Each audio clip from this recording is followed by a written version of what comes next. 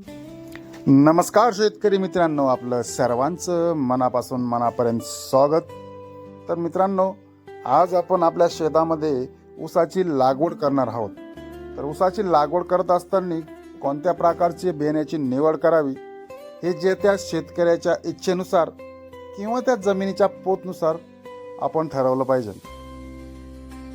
मित्रांनो, मार्केटमध्ये अनेक प्रकारच्या बियाण्याच्या जाती आहेत, परंतु आज आपण एक नवीन जात 3632 या जातीची निवड केलेली आहे.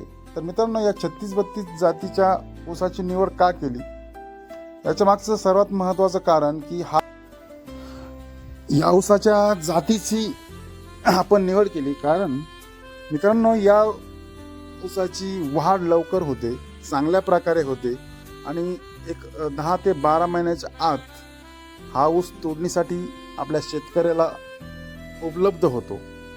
आणि एक विशेष असं की या ऊसाला रिकव्हरी ही चांगल्या प्रकारे आहे. तर मित्रांनो, ज्यावेळेस आपण लागवड करतो त्यावेळेस बेणं कसं असावं, तर मित्रांनो, बेण्याला असे कोंब फुटलेले नसावे जेणेकरून ते उगण्यासाठी त्रासदायक ठरतं असावं, जेणेकरून त्याची उगम क्षमता चांगल्या प्रकारे होते.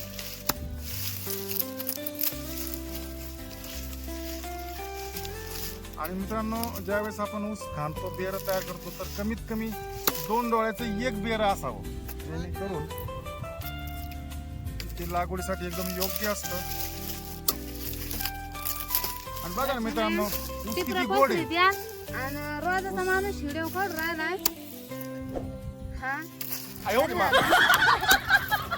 मित्रांनो, तुम्ही यांच्याकडे लक्ष देऊ नका. सगळ्यात महत्त्वाचं आपलं हे बघा, ऊस किती गोड आहे. तुम्हाला याच्यावरून जाणवल बघा किती मधमाशा या ठिकाणी जमलेले आहेत. म्हणजे साधारणतः या ऊसाला रिकव्हरी ही खूप चांगल्या प्रकारे आहे. बघा तुम्ही, आता असंच काय होतं, आपण ज्यावेळेस डाळिंबाकडे बघतो त्यावेळेस मधमाशा भेटत नाही आपल्याला. आणि या ऊसाच्या ठिकाणी इतक्या मधमाशा आहेत की ह्या चावतात आम्हाला काम करताना. परंतु चला, थोडंफार चावल्याने काय होत नाही. आपण पण गोड याच्यामुळे ते आपल्या अंगावर येऊन बसतात. त्यांना चावत नाही, याच्यात ते गोड नसते. चावलं म्हणजे आपण काय जास्त करायचं नाही, त्याच्यात आपण गोड त्यांना चावत नाही, याच्यात ते कडू. चला मित्रांनो,